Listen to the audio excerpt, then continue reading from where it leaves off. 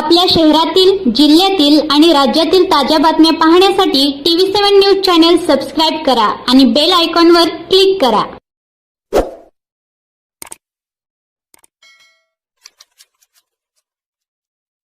पत्रकार परिषद संदर्भ आहे. मुळात म्हणजे पत्रकार परिषद घेण्याचा उद्देश एवढाच की आम्ही प्रवेश केला. हा प्रवेश नेमका कुणाला विरोध म्हणून नाही.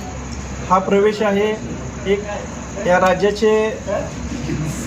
राज्यामध्ये असणारे सरकार आहे. त्या सरकारमध्ये असणारे अजितदादाचा गट पण आहे. त्या अजितदादा गटाचे सरकारमध्ये असताना या तालुक्यात कुठलाही कार्यकर्ता नव्हता. 1 वर्षाचा कालावधी असाच गेला. तर अजितदादाच्या माध्यमातून विकास निधी उपलब्ध होईल आणि विकास निधी या तालुक्याला आपण आपला तालुका पुढे नेऊ शकतो, हा उद्देश ठेवून आम्ही प्रवेश केला.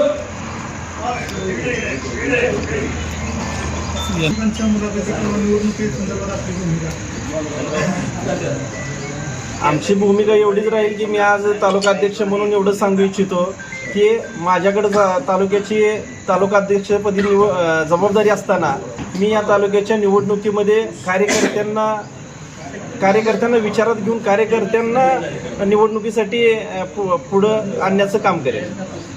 मोहोळ येथे मुलाखत असणार आहे, आपले इच्छुकांची मुलाखत असणार आहे की जे जिल्हा परिषद आणि पंचायत समितीला इच्छुक कोण आहेत त्याच्या संदर्भात त्यांचे मुलाखती घेणार आहे की जिल्हा परिषदेला त्या पात्रतेचा जिल्हा परिषद सदस्य असावा, उमेदवार असावा, पंचायत समितीला त्या पद्धतीनं उमेदवार असावा, ह्याची चाचपणी हेच मुलाखत असणार. तुम्ही सांगोल तालुक्यातली सर्व जागा लढवणार.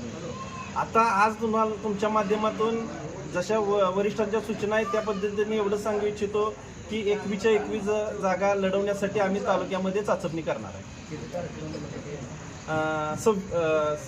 शुक्रवारी 26 तारखेला.